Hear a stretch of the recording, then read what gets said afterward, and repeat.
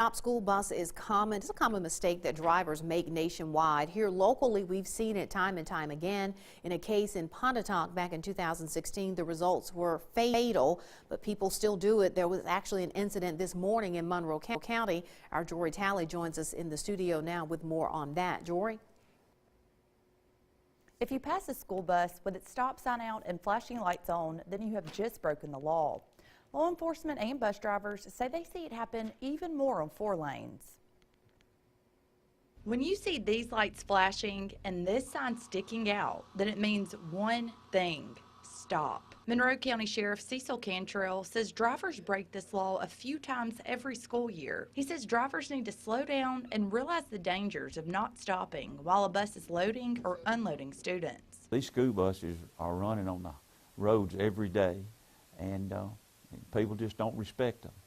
We had a situation this morning where a person passed a school bus while stopped, loading and unloading, and it was a very tense situation. Late for work, suddenly came up on it, or didn't see it. Those are the common excuses law enforcement hear from drivers who fail to stop. You'd have to see it. I mean, it's a big yellow school bus. You can't say I didn't see it. But what it is, they get out here on the 4 lanes, and these school buses are stopping and starting off the 4 lanes, and first thing you know, you're up on it, and then you're going around it.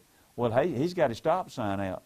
That means that little kid could walk out in front of you at any time. And it's too late when something happens and you're not paying attention to the warning signs. Regardless if you're on a 2-lane or 4-lane, if you're driving in the same direction as a bus, you must come to a stop, and the sheriff says stopping takes less than 5 minutes. I've went out and timed them myself.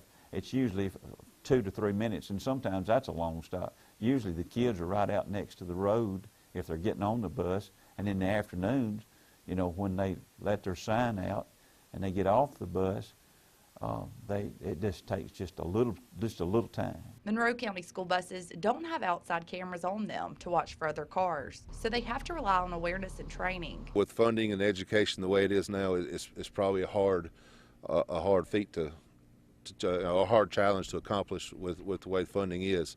So the best thing to do is just to train our bus drivers, and our bus drivers train our kids of how to load and unload a bus. When a motorist passes a stopped school bus drivers are trained to pull over and call the school to let them know it happened. Description of the car, tag number if they get the tag number, and then we let our SRO know what's going on. Our SRO runs a tag, and we fill out an affidavit to serve them with their ticket, so they will be punished for doing what they've done.